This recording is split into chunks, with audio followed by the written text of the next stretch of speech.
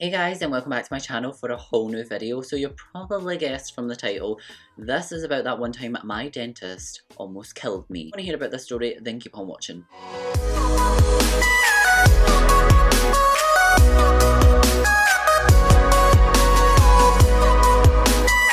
In order to tell you this story, I have to go back a little bit. So we are going all the way back, say 6 years. And Declan over here ate a crap ton of sweets. So when I was a little boy, I was never really one to eat sweets and eat a lot of sugary things. It just kind of made me feel sick.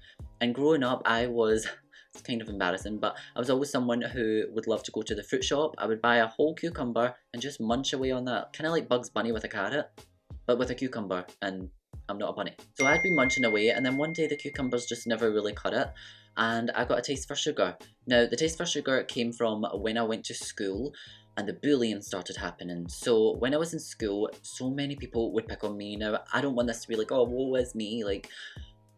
So when I was at school, I would get a whole lot of anxiety just being around these people. It would be sky high. So in order to kind of balance everything out inside me, I would eat a crap ton of sugar, which in my mind at the time that made perfect sense, and honestly it really did help. And there's actually a reason. Sugar is one of the most legal addictive substances in the world, and I think it's after coffee, which blows my mind. That's so shocking that it's so easily available to everybody, and you can eat as much as you like. When I would eat all this sugar, it would really bring me up to kind of like a high, and everything would be more balanced. Of course it would drop, and then I would eat just more and more, and it would bring me all the way back up. It was just my coping mechanism to deal with how I was feeling on the inside, which right now I'm not going to go into a lot of detail. A story time will be coming on that soon. On an average day, I would eat maybe... this is so shocking, but I would eat maybe like 5 bags of gummy sweets, maybe with like 100 in them, so that's like 500 gummy sweets. No bother. I would eat maybe like a whole bag of marshmallows. I would eat several packs of crisps. I would eat a chocolate bar. I would eat a cake. In fact, I remember my local bakers used to get this, oh, it was huge. It was like Serves 12. It was a birthday cake that they used to get in every Friday, and I would pre-order it for me, and I would bring it up to my room and just eat it with a fork. Now that's probably shocking for like a lot of people because I'm really skinny, but an eating disorder doesn't only have to be someone who is eating and eating and eating and gaining a lot of weight. I just ate and ate and ate and never gained anything. But that's not to say that it didn't have an effect on my body, because it totally did. It messed up my insides and my mindset terribly. Now in life, I really watch what I'm eating with sugar wise, and it also had a terrible effect on my teeth. My teeth were destroyed. Now this is a picture on the screen of what my teeth actually looked like when I had kind of woke up and realised what I had done. So I decided to go to the dentist and ask for help. So the plan was that I was going to get braces, make them all nice and straight, then I was going to get them all whitened, they were going to look amazing, and I was going to take amazing care of them for the rest of my life. But I had terrible news. The dentist was actually telling me that my teeth were so badly damaged that they couldn't put braces on them. I was so hurt because it made me feel like I was stuck with these teeth forever, and it was just a reminder of a really tough time in my life that I didn't want to remember anymore. And of course you can't really like avoid smiling or laughing, but whenever I was in public, my anxiety would get even worse to where I didn't want to smile. I was reminding myself, don't smile, don't show your teeth, don't talk too much. And you knew what that led to. That made me want sugar to balance everything out. It was a terrible like circle that I kept going in. About a couple of months later, I went back to the dentist, just like kind of chancing my luck and trying again. And he actually said, oh wow, your teeth are looking better, which to be honest made no sense because I didn't really make any much of a change. Like after them telling me that, I kind of went through a stage where I was like, oh well, what's the point? I might as well eat what the hell I like. So I don't really know why they said that, but they did. Anyway, I'm sure you're going to learn throughout this video why they said that, because they weren't really the people to trust, so learned my lesson from it. So in order to get my braces, they told me that I had to have 4 teeth taken out. I had to have 2 at the top and 2 at the bottom taken out, and this was because they were so squashed together that I didn't really have any room to straighten them all out. I had far too many teeth. There was a lot of cramming and it was making my mouth very uncomfortable. To kind of put it into perspective, whenever I bit into a sandwich, only one tooth, which I'll insert a picture, these pictures are so embarrassing, oh my god, I'll never live that down, but these pictures kind of show that only one of my teeth would touch the bottom, so whenever I bit into a sandwich, the whole sandwich would come out. I couldn't cut through anything because none of my teeth were touching. So it kind of got to the point where I really needed braces anyway, so they had to do it. So fast forward a little bit, they told me, right, you're getting your teeth out, you're going to get braces, blah blah blah, I'm getting the dates, be prepared. So I thought this meant go home, watch how it's done, and know what I'm getting myself into. So I done that. Terrible mistake, because watching how teeth are extracted on YouTube and then going for your teeth to be extracted, every tool they picked up I was like, oh my god, I know what that's for, they're going to dig my gum out. And then when they got the needles I'm like, oh my god, they're going to numb me. And it kind of put me in a state of panic. I had always had a really crappy experience with the dentist, obviously because they did not like me because of the amount of sugar I ate. I just didn't really listen. But they also would always tell me, which doesn't come as a surprise, I know everybody's going to be like, Declan, duh, but I would always be told, oh, you need a root canal, or you need a fill-in, or oh, you need this, you need that. I remember I'd also had terrible experiences just giving me a fright, that there was one time where I was in the dentist and I was lying on the chair and there was a pepper cut, so I'm lying there with them in my mouth. You'd think I'd be traumatised at this point to never go back, but I did go back. So this time I'm kind of prepared. In my mind, I'm prepared. I think I've watched a video, if there's a pepper cut, it's okay, I've had it happen before, I'll be fine. I'd also had an experience where I had fallen asleep in the dentist, which I know is a surprise, but that happened to me. It was a long day, her jaw was vibrating in my mouth and it was like knocking my head everywhere, and I was sleepy, I was tired, and I kind of dozed off a little bit. Now all I remember was the drill hitting another tooth at the top of my mouth, and she said to me, she was like, did you fall asleep? It's okay, it's pretty common. And at the time I was like, yeah, I fell asleep, like, are you sure it's common? She was like, yeah, quite, it happens all the time. Little did I know, probably now looking back as an adult, she was probably just trying to comfort me because she was like, well, that was weird, who falls asleep in a dentist? I'm lying on this chair, it's like 9 in the morning, she starts injecting me, so she pulls out this big needle, and I swear, it was just like the films, I swear I seen like a drip coming out of it. She was like doing that with it, I swear. So I kind of look at the needle and I'm kind of starting to panic, but I'm like, it's okay, Declan, you don't like the injections. That's like a little fact about me, I really don't like the injections, it's the one thing that scares me so much, even to this day. It got worse after this time. But she injects me. She's like, right, we've put in 4. It'll get numb in a minute. And I'm like, well, I can still feel my mouth. Like, I shouldn't be able to, but I can still feel my mouth. So she adds a couple more injections in. And at this point, we're approaching quite a high amount of injections. I was on 9. And she said to me, Declan, I don't know why you're not going numb, but I can't give you any more because of your weight. I'm really, really skinny. And my body just couldn't handle whatever the substance is that they inject into me. It was just too much for my body, so they couldn't give me any more. So they waited like maybe 10 minutes. They're pushing to try and like encourage the numbness to happen, but it doesn't seem to be happening. So she goes ahead and says to me, well, we're just gonna have to start. And I'm like, start? I can still feel. But anyway, I'm like, okay, well, you're the dentist, you know better. I'm freaking out, but oh my god, let's just go with it. So she starts cutting up my tooth. And by cutting up, I mean she starts digging in at the gum. I knew what she was doing the whole time, because I watched that stupid video. She starts digging in at the gum and pulling it apart. Then she gets these like special little plier things. Now, also I should mention before that, she puts this like clamp in my mouth, which means it's like this screw thing. All you see is a screw sticking all the way out, and it's to hold your mouth open. She also has something pinning my tongue down, because I always have a terrible habit of, whenever the dentist is like working on me, I take my tongue and I like push all the instruments like out my mouth. I'm like pushing like the little mirror, and they're like, Declan, can you move your tongue? And I'm like, I'm not doing it on purpose. So this time they just knew to pin it down. So I kind of felt really like restrained in every possible way. So she starts pulling at the tooth, and she's pulling a little bit hard, and I can feel my head lifting and banging back against the chair. And it's getting to the point where like it's happening kind of roughly. So I start like pressing my head against the chair in order to kind of help her pull, which is so weird, but oh my god. She's pulling at the tooth and I'm like pushing the other way, you know, we're like fighting for my tooth to come out. And it's all going well, and the next minute all I hear is smash. I'm kind of like, what was that? And she's like, oh, a little bit more dramatic than that, but like, you know, I'm not an actor. So at this point, it's very clear what's happened. My tooth has shattered inside my mouth into a million little pieces. But here's the catch. It's still attached. My tooth is in bits, but it's still attached and still rooted in my mouth. So she moves on to the next one with pure panic. They take all the little bits out, set them aside, and she starts pulling on the next one. Same thing happens, smash. Remember, my teeth are very weak, and also I should mention that these are the same teeth that they done a root canal and filled them in as well. So it's kind of like, so I went through fillings and root canals and all that treatment for nothing because you then pulled the tooth out and then it shattered in my mouth. So she moves on to the last one and she's really struggling to get it out. She knows at this point that it's probably going to smash. So she makes a phone call to the head dentist. It's his day off. So she phones him in to ask for help because the roots are so like deep rooted that she just can't get them out without them smashing. So in the meantime, while he's making his way in, she says to me, Declan, do you mind if we put you in another room and work on other patients? And I'm sitting there like, oh. She takes that as a yes. So I'm put in another room. It's completely empty. They don't turn on the light. I have all this cotton wool to catch all the blood spilling out.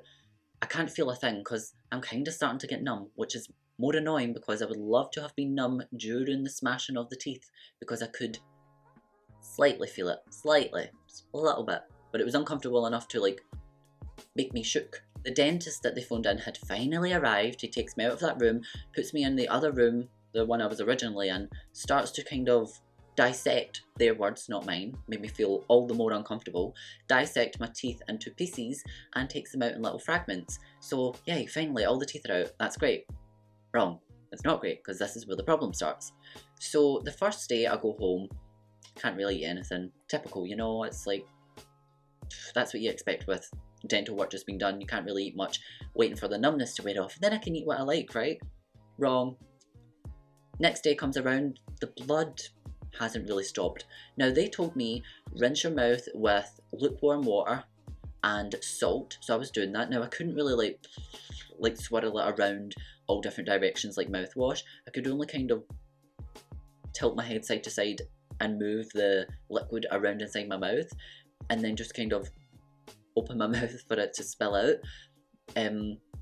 Because I was in a lot of pain. I was given medication as well because the pain was really intense. I mean, this was 4 teeth. My whole jaw was in pain. So the third day comes around and at this point I'm in bed. I hadn't really moved for maybe like a day and a half. It was pretty sore. The pain was throbbing. I had been taking the medication, nothing was helping. So the blood also never stopped. I'd had a bucket beside me because it was kind of pouring out my mouth. This is really graphic, but it was pouring out my mouth to the point where I'd have towels wrapped around me as well because it just wouldn't stop. It was like a horror film. It just kept pouring and pouring. I would spit and it would just, yeah, graphic. As I said, graphic. It's the next day, day 4, and I'm still feeling pretty crappy. Never really ate much. I had only been trying to eat custard, which I can't really look at the same till this day because as I was eating, obviously there's so much blood in my mouth that I'm swallowing it and it's making me feel very uncomfortable. I really don't like blood, even my own. If I cut my finger, I won't be the type of person to be like I just can't do stuff like that. Like, it just freaks me out so much. So day 5, the exact same. Day 6, the exact same. But my family starts to worry. There is a horrendous smell. The smell, I can smell it myself, but I'm kind of getting used to it. But it just smelled god awful. It smelled like something was dying in my bedroom. I'm lying on my bed with all these towels wrapped around me, the bucket beside me, it's getting changed every so often, my mum's changing it for me. But day 7 comes along and I start to doze off and I'm feeling fine. I'm thinking in my mind, I fell asleep. The sun, this is what it feels like. It feels like the sun is beaming on my face. Do you know that way where like you fall asleep in your bedroom but the sun is like hitting your face and it's just like that kind of, just the perfect warmness. And that's what it felt like. I also remember seeing a field and it had wheat and there was butterflies and there was trees and the sun was just beaming.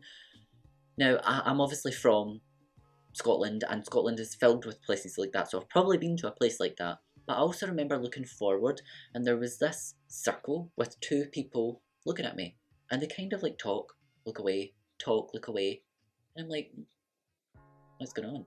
So I'm just looking at all these butterflies and the wheat and the trees and I'm just feeling so happy. It was like the first I felt calm. I could feel like I was relaxing. During this amazing experience, all I hear is Declan, Declan, Declan, Declan, and it's kind of like, what's happening? I feel awake, but am I asleep? I was so confused, but I could hear this name getting louder and louder and louder, and then all I heard was Dec, Dec, and it was like someone was very close to me. That's what it felt like. Now, when I opened my eyes, everything was grey. Everything was grey. I was so panicked. I thought, oh my God, what's happening? You know, why can't I see? And I remember looking to my mum. Now, I couldn't move my head. I couldn't move my entire body. I was so weak at this point. You know, it had been gradually building up that week to now I just couldn't move. And I look at my mum and she's looking at me like that, like in shock. And she says to me, Declan, you know, she doesn't really say words, but she points to me, and I look down at my chest and it's covered in blood, and it's just pouring out my mouth. I'm just soaked in blood. The towels are covered in blood. Mum is really starting to panic, so she phones my brother, and my brother comes round and he looks at me and he says, Mum, he has to go to the hospital right now. Now, I am 100% sure to this day that I was dying. Like, I'm 100% sure. I'd been bleeding for a week and it never stopped. I couldn't hear properly. I couldn't move. My vision was all grey. It was like a blue cast with grey everywhere, like nothing had colour. I was so panicked. So my brother takes me to the hospital and they are so mad. They want to know everything. So during this, I remember it being quite a blur. I remember them cleaning in at my mouth and packing it with, it was like this strange minty gummy stuff. Turns out, after they explained to me, the clots that are meant to form over these holes, because I was not stitched up, I was not sewing up to stop any blood from coming out, they just expected a clot to form, which is actually pretty common, but mine didn't form, so I had no clots, so it was just a straight down hole to my jawbone. So the dentist, the doctors, explained to me that my jawbone was actually visible from the inside of my mouth. So if I had opened my mouth, you would have been able to see my actual lower jawbone right here. That would also explain why there was a horrendous smell, because every single one of the holes had got infected. So the clots never formed, I had this infection, my jawbone was exposed, and I wouldn't stop bleeding. And that is kind of a clear sign that something was done wrong. So as I started to come round and feel the pain disappearing, they started asking me a lot of questions. So they wanted to know what the person's name was, where they worked, what they looked like, descriptions galore. My mum being my mum was telling me, you know, you're not going for those braces, they nearly killed you, you're never going back there again, like, we're going to switch dentists, you know, someone's going to get into trouble for this. Basically, I never seen that person ever again who done my teeth. I went and got my braces put on because, well, I had no choice at this point. I had already made a decision that I couldn't really reverse back. I had all these holes where teeth used to be, so I had to get something to close them all up, because that would have caused my teeth to rot, food would have got in there, it would have been a hellish mess, it would have affected my speech. I'd really started it, so I had to finish it. Now that my braces are on, I'm thinking, this is great, all is well. My dentist sends me a letter, he wants to see me. Some sort of like visit there first before I could do something else with the braces. I can't really remember, but I remember I felt like I was very cornered and had to go in.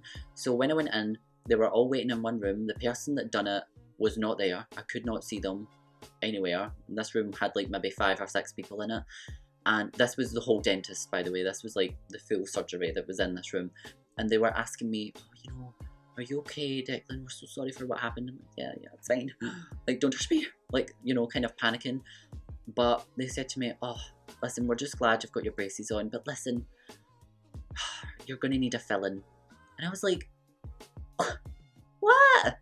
I don't think so. Like, you're not touching my teeth ever again. So I'm really angry because everything that I've just been through, like, how can I need a fill-in? Like, I haven't ate anything.